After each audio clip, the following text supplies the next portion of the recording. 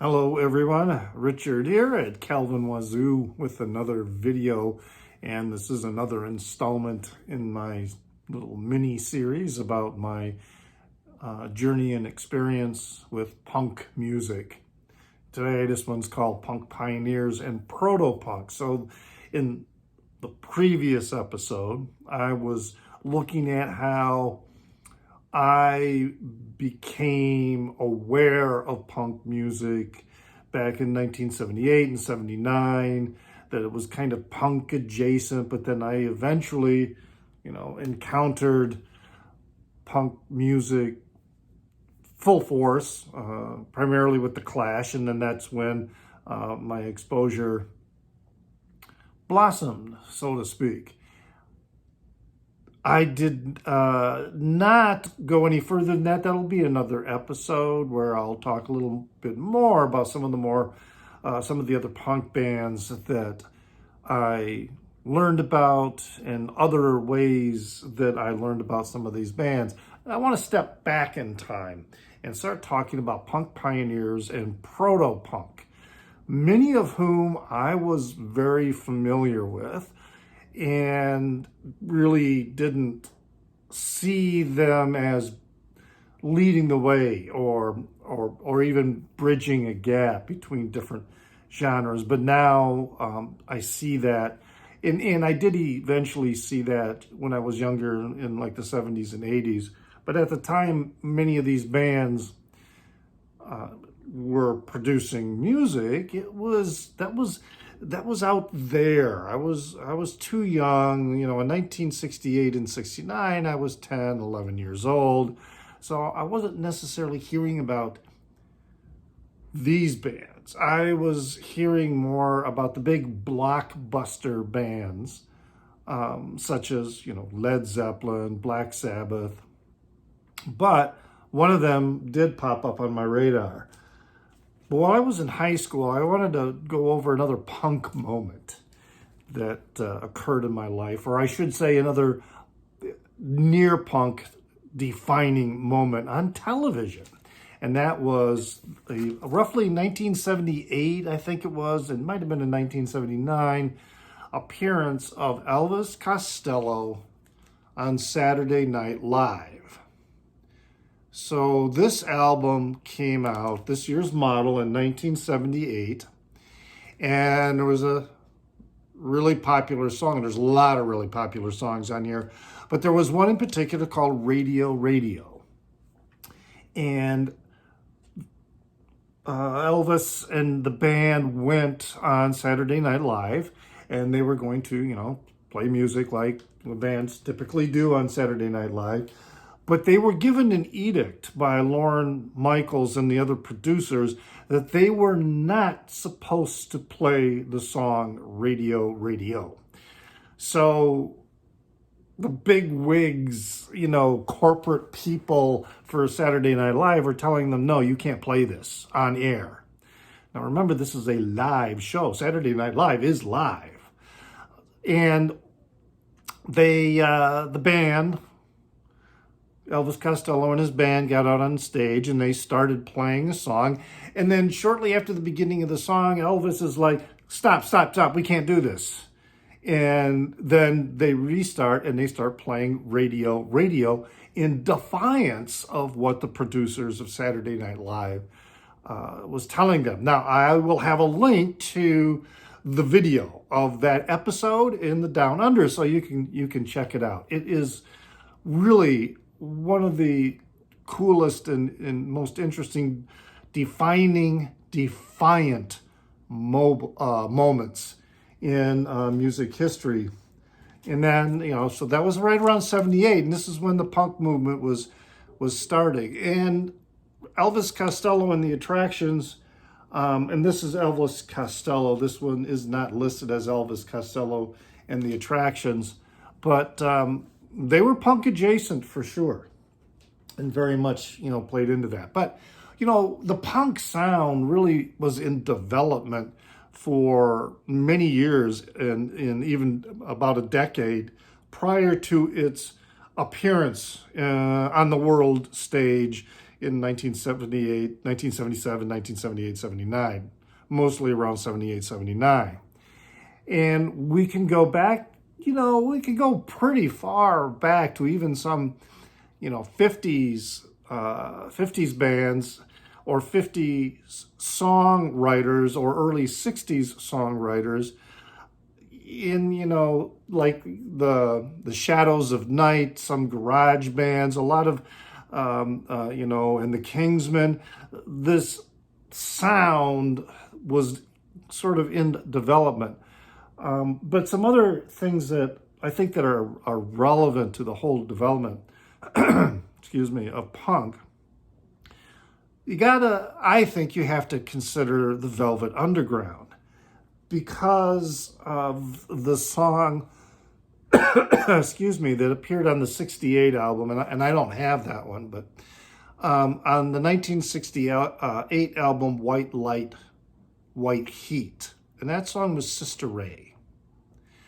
And the entire album, is very much a dirty recording in that the sound quality, there's a lot of distortion, a lot of fuzz in the actual sound recording. It's not a clean, excuse me, studio recording. And Sister Ray is just an incredible song. It goes on and it goes on and it goes on, but it's just the beat is so aggressive, and the guitars are so aggressive, and Lou's singing is just punching his way through this. It's a great song, really, really great song. This is a compilation, a special compilation from Music on Vinyl that it's on here because, like I say, I have White Light, White Heat on CD, but not on vinyl. So there's a kind of a proto-punk sound, from 1968, and then some say even with earlier Velvet Underground, that they were kind of proto-punks in that when they came onto the scene, it kind of created this generation of new bands, of people thinking, you know what, I could do this. I like this. This is this simple music. Okay, I can do this. Which is also kind of what happened when punk appeared on the scene. It spawned a lot of new bands with musicians who were barely musicians, but they had that enthusiasm and they wanted to join this phenomena. So yeah, I think you have to consider the Velvet Underground in this mix. Now, another one that sometimes will be cited as a proto-punk is The Who. And with their debut album, My Generation, that song, I don't have that one. I have Live at Leeds here, in which they have a live version of My Generation on here. But that's very much a punk anthem in many ways, including, which is why I selected this album, the cover they do, the Eddie Cochran song, Summertime Blues, because it's, addressing, again, the issue of working class people dealing with bosses, dealing with the capitalists who are making them work for wages that essentially government has to force the employers to pay, because they would pay hardly anything if they could get away with it. If it weren't for minimum wage, that's what they did. So, and this was also at the time during their live shows, The Who discovered something quite by accident, completely unintentional. One of their instruments during a show broke, and the fans went crazy about that. And when the members of The Who saw that, they thought, oh, well, we could incorporate that into our act. So that's how this whole idea of like smashing guitars, or like with Keith Moon stuffing his drums or bass drum with silver salutes or M80s. I'm not sure which one it was, which is why Pete Townsend is practically entirely deaf in one ear is because of that trick that Keith Moon didn't tell anybody about, and he exploded some M80s in his drums during a show.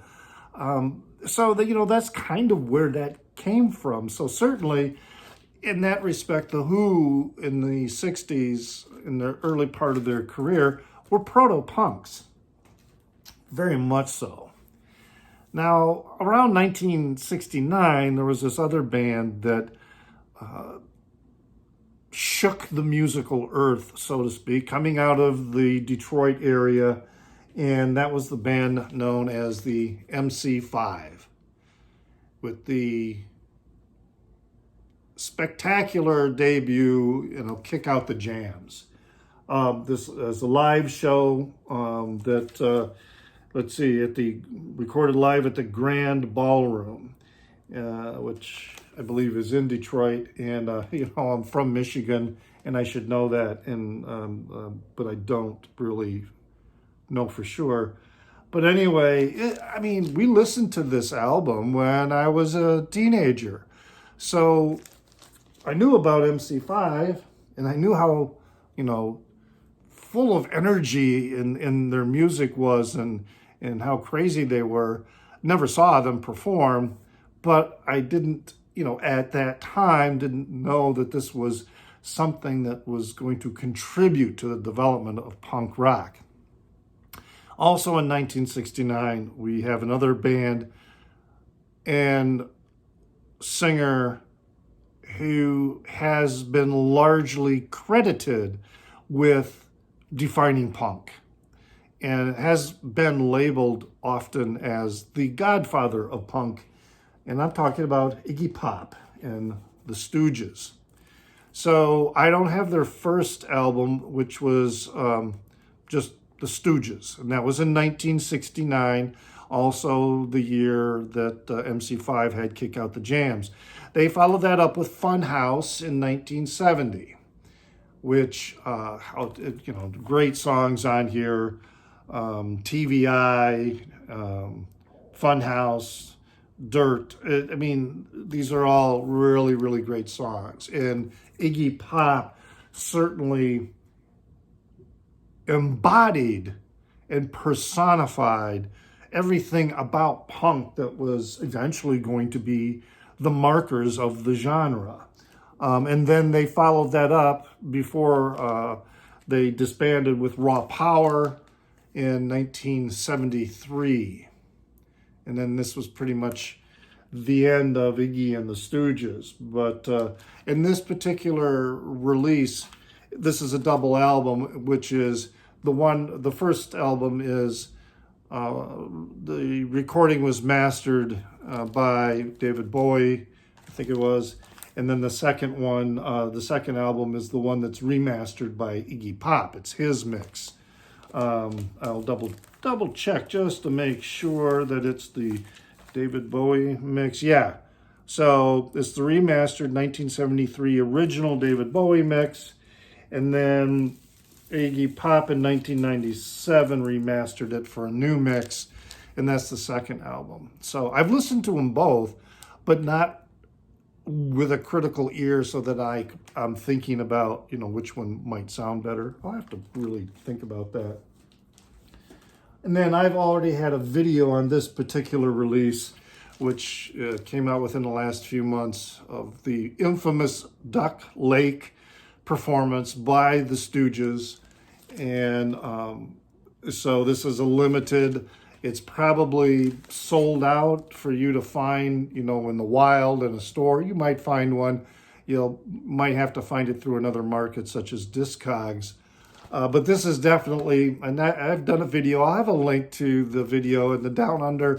But this is definitely a recording only for the hardcore Iggy and the Stooges fan, because this is a raw live recording.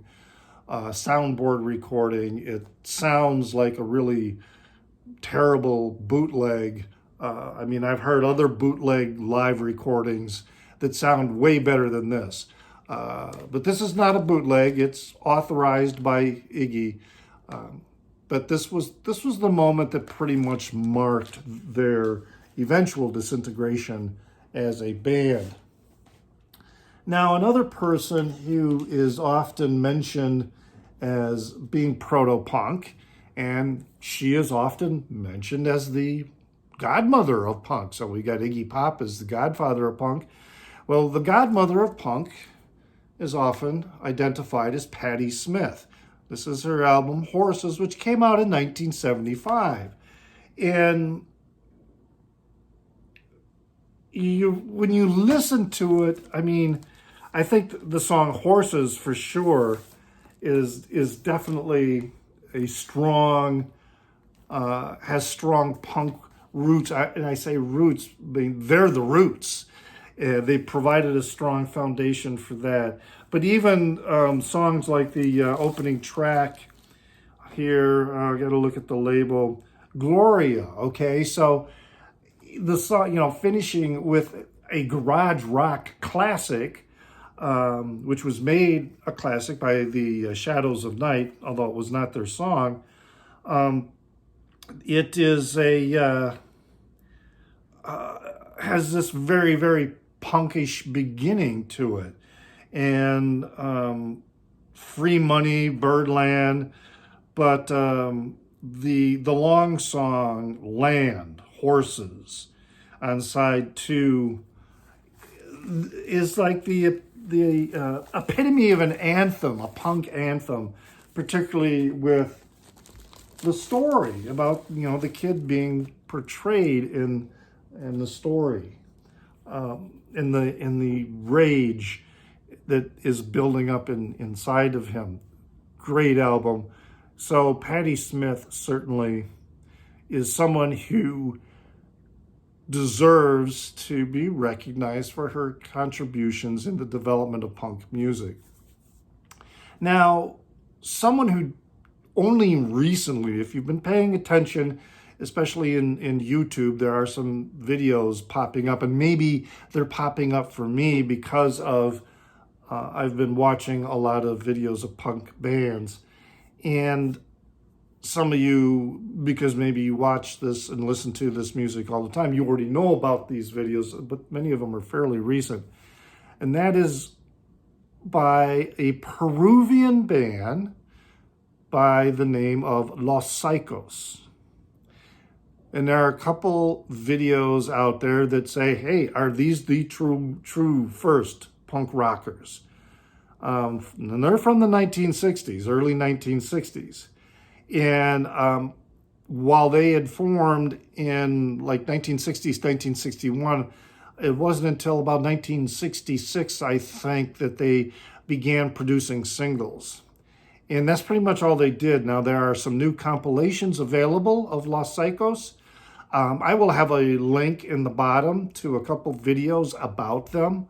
One is a semi-documentary, and one is a Peruvian YouTuber who, and there's English subtitles to go with it, who is like doing his own response and analysis to that documentary and to the band Los Saicos and their music and the structure of their music. Really, because these guys were quintessential punk in that they weren't masterful musicians, but they got together and they started playing and they developed really amazing hooks, and they became really popular in South America. The other variable in the development of punk music that often gets overlooked is the role Black punk bands played, African-American punk bands, who were a lot earlier than bands like the Ramones or the Sex Pistols or the Clash. I mean, these guys were doing stuff even earlier than perhaps Iggy Pop, but they're right around that era. And they didn't get any real credit for what they did, and didn't get recording contracts. One of the earliest is a band called Death. And they're from Detroit. They were formed in 1971. And there's a single on here on this album called Politicians in My Eyes, and that was released in 1976. So Iggy Pop was, before them. But, they just, and not by much. As I said, they formed in 1971, and they're also in the Detroit area. Iggy Pop is from Detroit and Ann Arbor area, so they're moving around in the same circles. And so their album, For the Whole World to See, did not get released until 2008. What happened in general is that, they had this hit record of Politicians in My Eyes, and the record company was like, great, yeah, we can record you, but can you change your name? And they were like, no. So if you have not listened to them, and I'll have a link to videos in the Down Under, you should give them serious listen. Another band I will have links for in the Down Under, I don't have any of their albums, I'm on the hunt for them, is another African-American band from Philadelphia that formed in 1974 called Pure Hell. These guys are good. These guys are really freaking good. They recorded their first album, I believe it was Noise Addiction, in 1978. So this was 4 years after they formed as a band in 1974. But it also did not get released until 2005. So you really had to be in the punk scene to know about these bands, because their music was out there and they had a fan base, but they weren't getting record contracts, or they weren't getting records recorded and published and distributed in a wide base on a wide basis, which is still an issue for many musicians, particularly African American musicians today. Then they were, you really got to listen to them. These guys are really incredible. However, it doesn't look like they were going to ever, once they had that record released in 2005, it was too late for them to get together and produce more music, because their founding member, drummer Michael Spider Sanders, died in 2002. So it was a real drag, on that part. Death, going back to the band Death, they released 2 albums subsequently after Death. They've reformed in some other iterations. They released 2 albums as a group called the Fourth Movement, which was from 1980 to 1982, but that was very spiritual and Christian rock. Very different from what they did on Death. They had a very short stint after that as the RockFire Funk Express, and they released something in 2013, still quite a bit different than what they were doing, as Death. But these are the punk prototypes. These are the punk pioneers. And certainly when we think of bands like Bad Brains, the influence and development of African-American punk musicians and punk groups and punk songwriters, flourished because of the path that was paved by bands like Death and Pure Hell. Really encourage, as I said, I'll have links in the Down Under, but I do really encourage, and I think I have a link that I can put in there for when they had morphed into the fourth movement, so you can get an idea of what they sound like, as this Christian band. I hope this was fun for you. It was fun for me to go through and find all this information. In the next installment, I will pick up kind of where I left off after I encountered the Clash for the first time in roughly 1979 and 1980 when I was living in Tucson. Until then, please remember to always pray for the people inside your head, for they won't be there when you're dead.